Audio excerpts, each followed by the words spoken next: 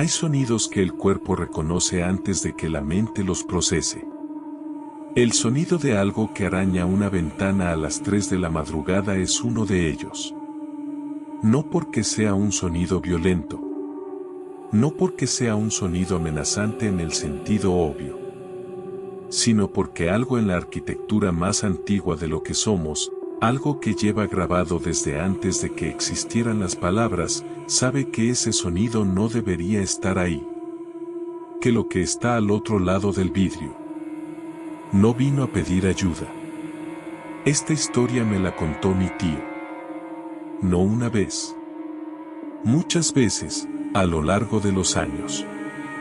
Y cada vez que la contaba, cada vez, sin excepción, lo hacía con exactamente los mismos detalles, en exactamente el mismo orden, con exactamente el mismo tono. No el tono de alguien que está construyendo un relato para impresionar. El tono de alguien que está recordando. Que está pasando mentalmente por cada momento de esa noche como quien revisa un documento que conoce de memoria porque ha tenido que revisarlo miles de veces para seguir entendiéndolo.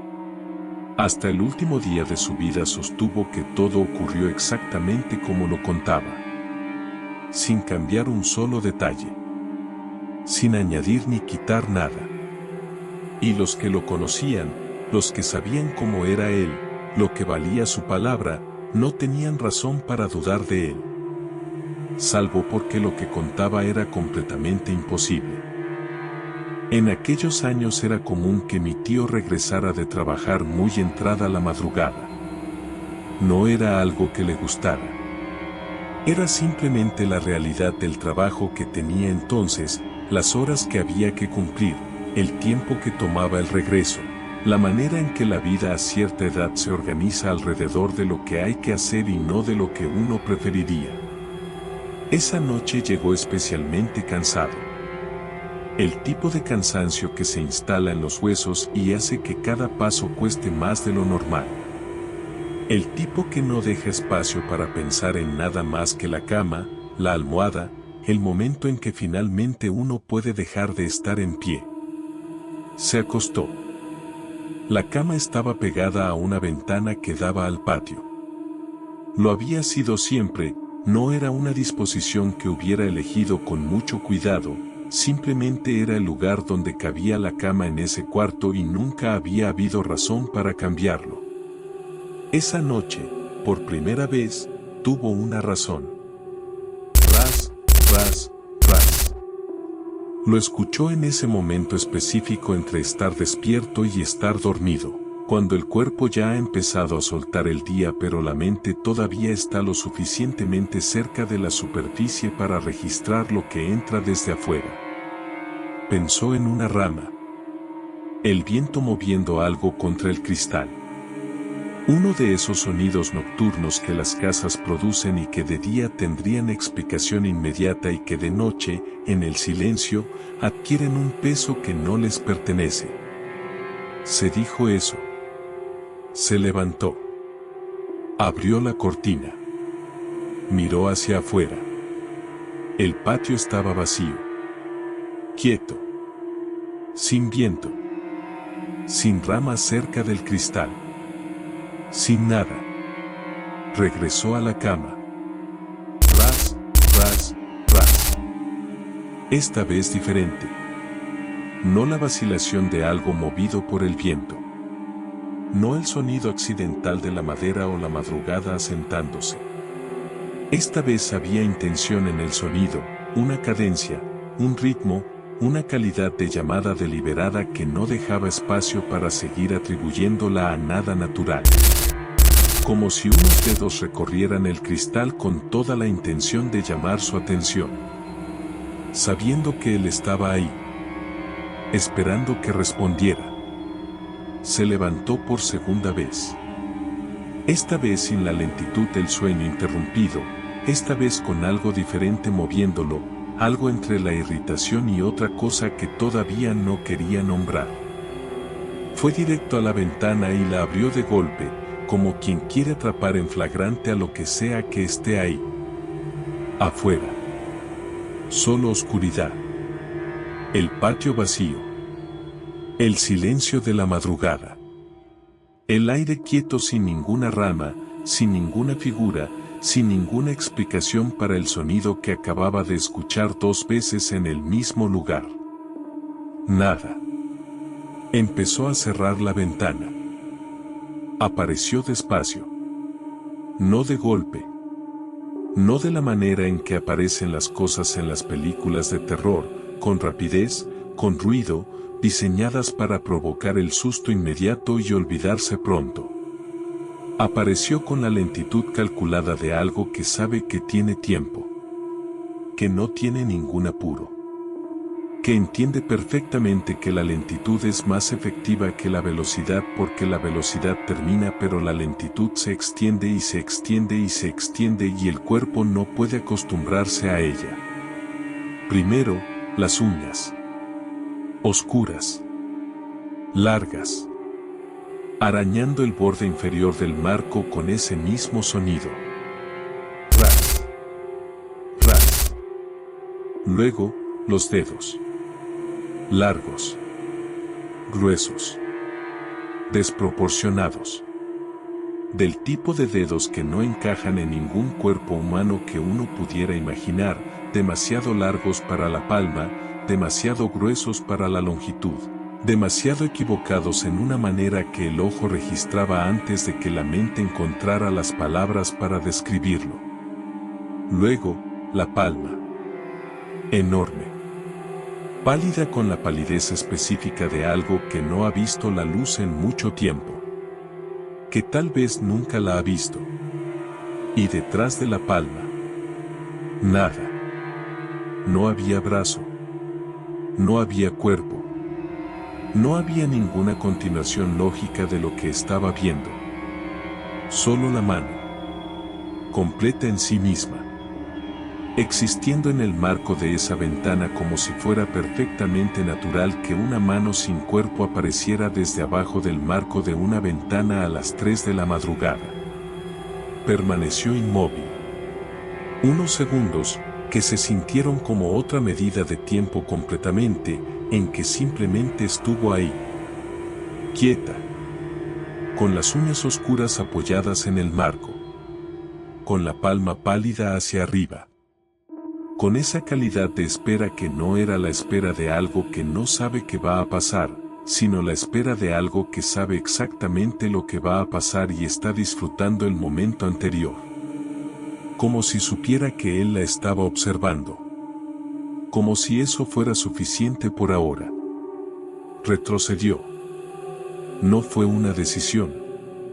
Fue lo que el cuerpo hizo antes de que hubiera ninguna decisión que tomar. La respuesta de algo muy antiguo en la biología humana que reconoció lo que estaba viendo y actuó en consecuencia sin esperar instrucciones. Cerró la ventana de un golpe. Se quedó parado en medio del cuarto, respirando, mirando el vidrio ahora cerrado con la cortina todavía abierta y el patio afuera completamente vacío como si nada hubiera estado ahí nunca. La ventana cerrada. La habitación quieta. Y la sensación, lenta, casi reconfortante en su falsedad, de que tal vez eso era todo. Que lo que fuera que hubiera sido, se había quedado afuera. Que una ventana cerrada era suficiente. Esa sensación duró exactamente el tiempo que tardó en darse la vuelta. Un crujido. Detrás de él. No desde la ventana, desde adentro del cuarto. Desde el lado donde estaba el closet, cuya puerta él mismo había cerrado antes de acostarse y que ahora se estaba abriendo. Sola. Lentamente. Con esa misma lentitud calculada que ya conocía de la ventana. Que ya había aprendido a reconocer como algo deliberado, como un estilo, como la firma específica de algo que entiende que la lentitud es su arma más efectiva. La puerta del closet se abrió completamente. Y desde la oscuridad interior aparecieron los dedos. Primero las uñas, arañando el piso de madera con un sonido seco que no se parecía a ningún sonido que una casa deba producir. Luego los dedos, los mismos dedos largos y gruesos que había visto en la ventana. Los mismos. Exactamente los mismos. Lo cual significaba algo que mi tío tardó un segundo en procesar completamente. Que no había entrado por la ventana. Que ya estaba adentro. Que mientras él estaba de pie frente a la ventana mirando la mano en el marco, la mano que estaba mirando no era toda la historia. Era la distracción. Era lo que quería que mirara mientras la verdadera entrada ocurría en otro lugar. La palma salió completamente. Luego la muñeca, hasta donde había muñeca, porque el brazo no seguía, la mano era todo lo que había, y se arrastró por el piso de madera hacia el centro del cuarto. Despacio. Con ese sonido seco y regular de las uñas contra la madera. Ras. Ras. Ras. El mismo sonido. Ahora adentro. Mi tío quedó completamente paralizado. No la parálisis ordinaria del susto, esa que dura un segundo y luego el cuerpo reacciona, corre, grita, hace algo. La otra parálisis. La que viene cuando lo que se está viendo supera la capacidad del sistema nervioso de generar una respuesta apropiada porque no existe en ningún catálogo de experiencias previas ninguna instrucción para este momento específico. No podía gritar. No podía correr. No podía hacer ninguna de las cosas que en cualquier otro contexto habría hecho sin pensarlo. Solo podía estar ahí, de pie en el centro de su propio cuarto, viendo cómo aquella mano avanzaba por el piso como si supiera perfectamente hacia dónde iba. Cerró los ojos y empezó a rezar. No con palabras elaboradas ni con la calma de alguien que tiene práctica en orar en momentos de crisis. Con lo que había, los fragmentos de oraciones aprendidas en la infancia que aparecen en los momentos en que no queda más nada, que son lo último que el miedo no logra borrar porque están grabadas demasiado profundo. Rezó. Sin abrir los ojos. Sin saber cuánto tiempo pasó. Sin saber si la mano seguía avanzando o se había detenido o estaba ya a centímetros de sus pies o había desaparecido o nunca había existido. Solo rezó. Hasta que algo en el cuarto cambió, una calidad del silencio, una diferencia en el aire, algo que no podría haber descrito con precisión pero que el cuerpo reconoció igual que había reconocido el peligro antes. Esta vez reconocía su ausencia. Abrió los ojos. La puerta del closet estaba cerrada. El piso de madera frente a él, vacío.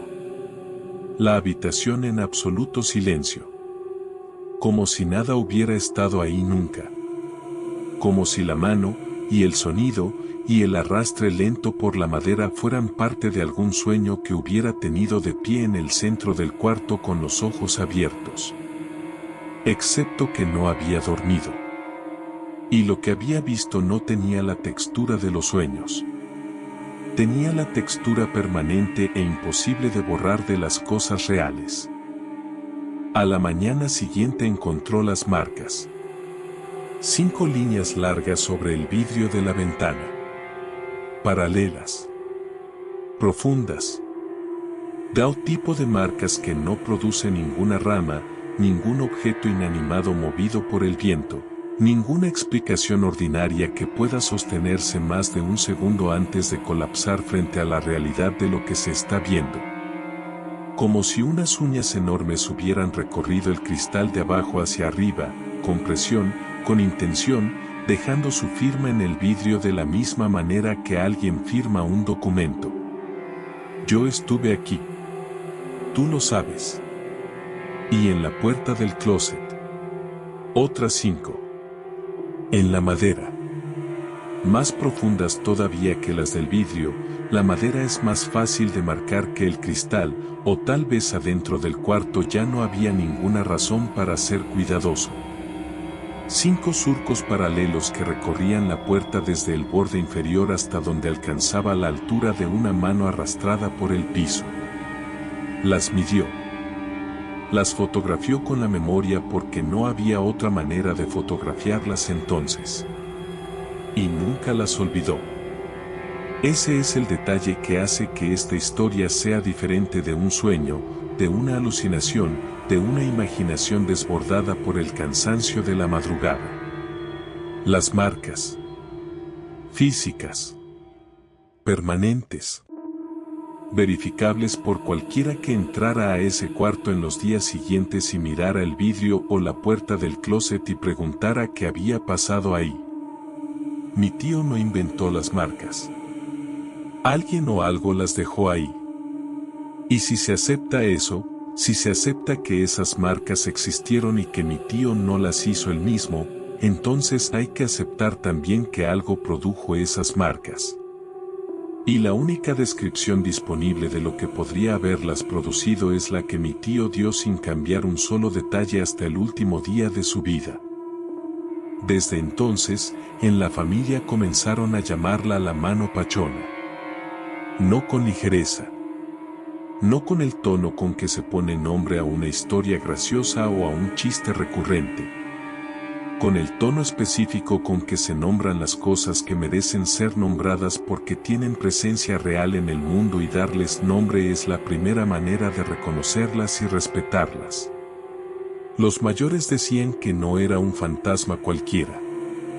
Que no era el tipo de aparición que se presenta sin propósito, que deambula sin destino, que existe por inercia de algún trauma antiguo sin conciencia de lo que hace. Esta tenía propósito.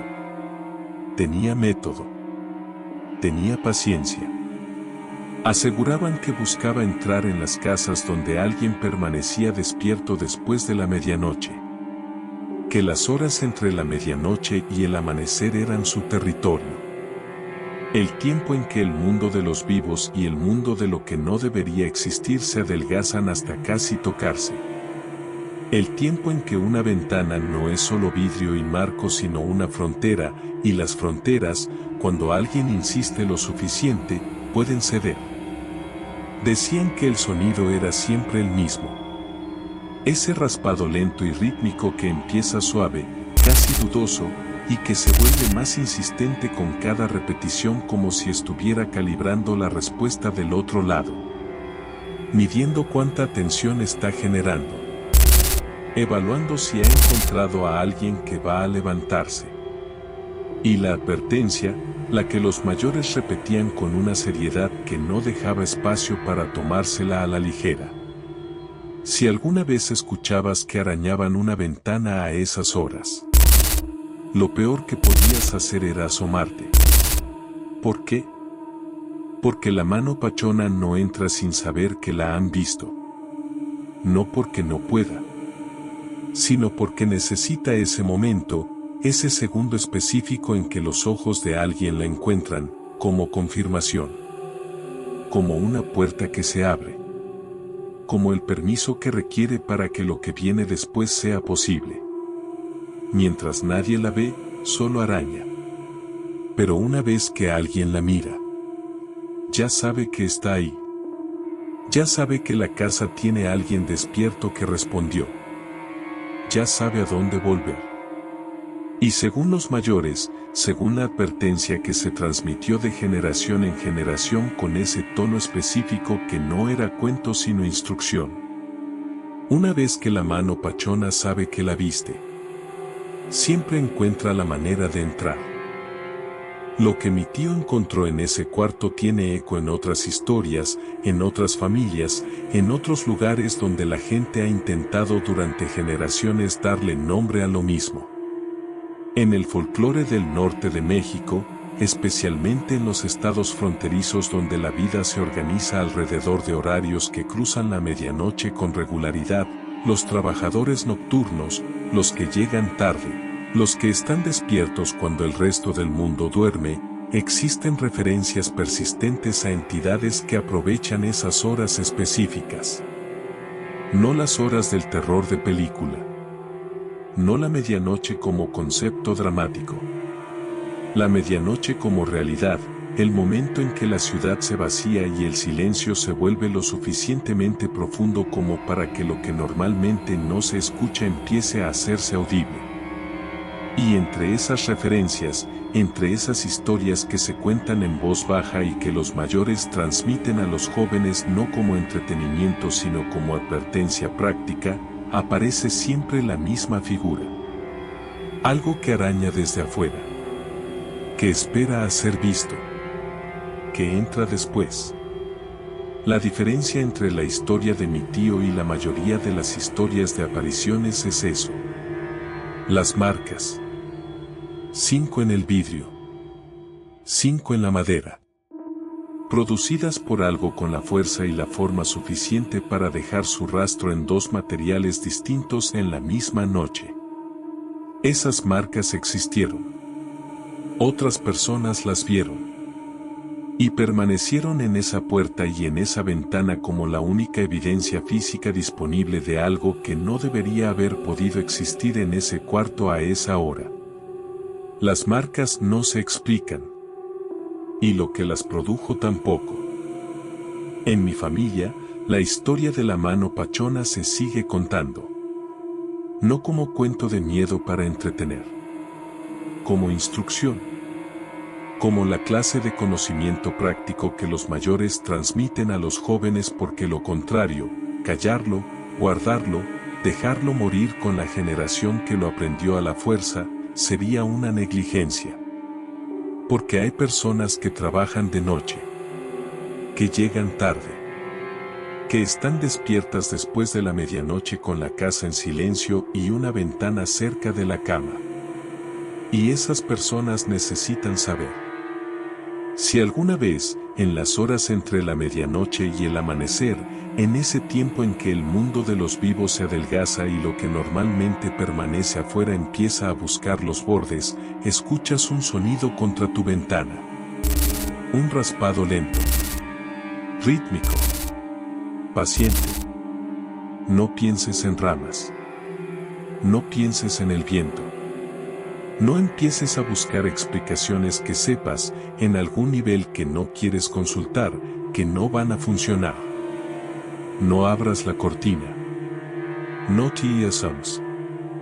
No respondas al sonido de ninguna manera que pueda interpretarse como confirmación de que estás ahí, de que lo escuchaste, de que sabes que algo está al otro lado del vidrio esperando exactamente eso. Porque la mano pachona no necesita que la invites. No necesita que abras la ventana. No necesita nada de lo que uno normalmente imagina que necesitan las entidades que intentan entrar a los lugares donde no deberían estar. Solo necesita una cosa. Que la veas. Un segundo. Un instante. El momento en que tus ojos y los suyos, si es que tiene ojos, se encuentran a través del vidrio en la oscuridad de la madrugada. Eso es suficiente. Porque una vez que la mano pachona sabe que la viste,